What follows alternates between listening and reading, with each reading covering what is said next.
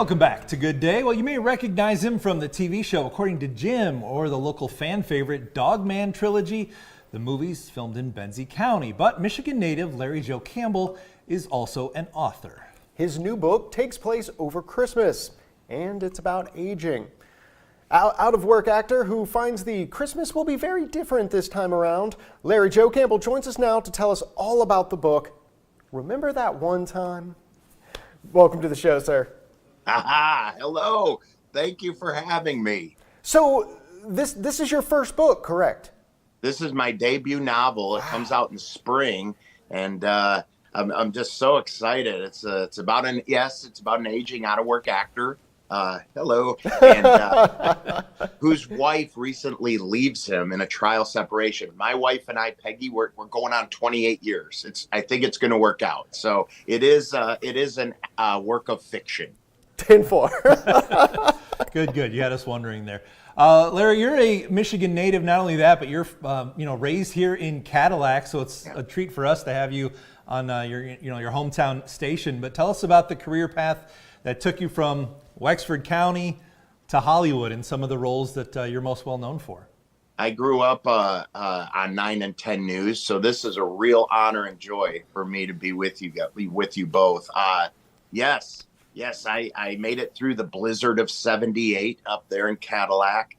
We lived on a canned venison and the food from our garden, and went to CMU, graduated from there, and worked in theater around the Detroit area, Second City, and God rest his soul, Bob Saget. And long story short, saw me perform, told his manager signed me, and I moved from Detroit to Los Angeles in the winter of 1999. And there you go. I got on a show a pilot that didn't make it, but soon after I got on According to Jim. And every year we celebrated According to Jim getting picked up by my wife getting pregnant, and I have 5 adult children now.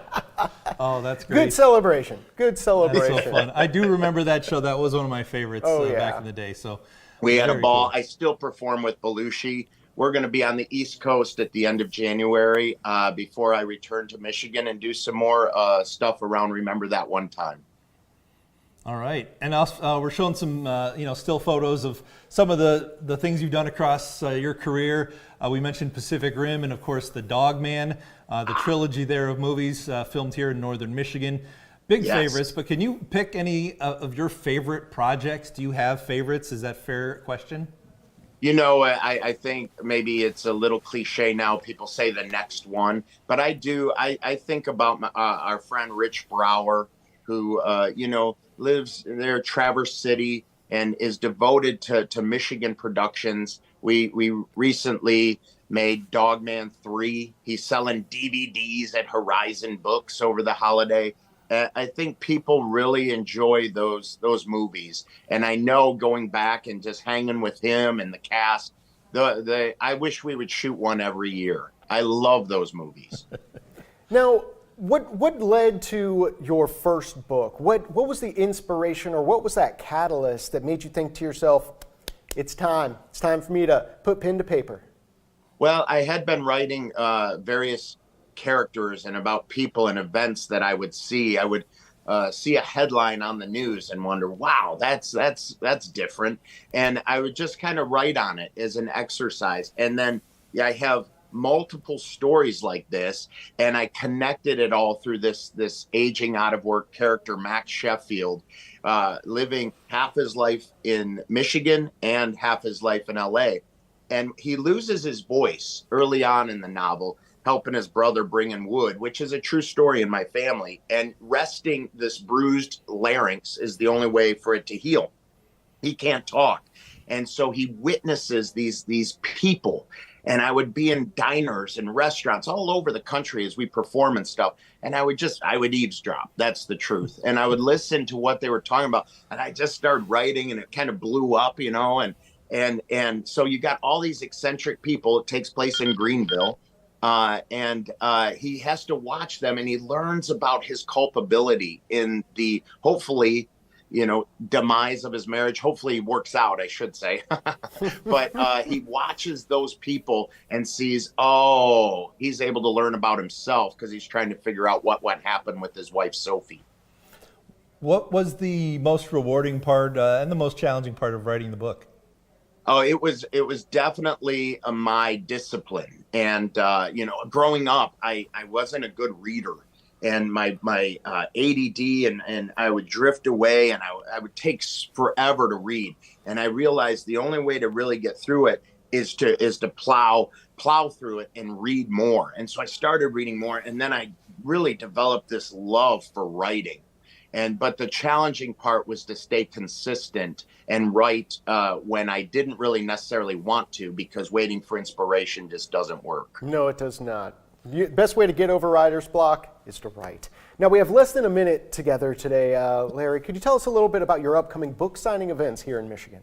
Oh, yes. So we're going to be at the Frauenthal December 27th in Muskegon, frauenthal.org. If you said, hey, I'm going to grab a couple of friends, you can come down to that show, and it's going to be a riot. You can get $5 off those 4 tickets. That's $20 savings because it's each. But anyway, we're going to do stand-up and song. I didn't want it to be a conventional book reading. I will read some excerpts, but there's going to be improv. I'm bringing Jamie Moyer from Bob's Burgers and Modern Family, and Rico Bruce Wade and Nancy Hayden, and we're going to improvise. We're going to sing and dance. We're going to bring the audience up. Afterwards, we're going to sing some live karaoke in the VIP lounge. So it's really meant to be a festive get-together where people leave the theater feeling better than when they came in. And you can pre-order the book. No, yeah. That's awesome. That's a win-win-win across the board, sir. It's called Remember That One Time. Larry Joe Campbell is the author, and you can go to LarryJoeCampbell.com if you want to pre-order. Can't get it under the Christmas tree yet, but you can definitely get the order in right now before Christmas. And I know you've got some events coming up in Northern Michigan back at your alma mater, but we'll also be seeing you in Frankfurt sometime in the new year. So yes. Really looking forward to maybe having you back on when those events get closer, Larry. Oh, I would love that. Thank you so much. I would love that. Appreciate you taking the time this morning. And because we all know it's a busy week, so we hope you have an absolutely amazing holiday, sir. Thank you very much. I will bundle up. I hear it's cold back there. Yes, and thanks for waking up early on the West Coast for us this morning. A little chilly for us. Brilliant. Thanks, Larry. Happy holidays to you, Larry. Thank you. Same to you.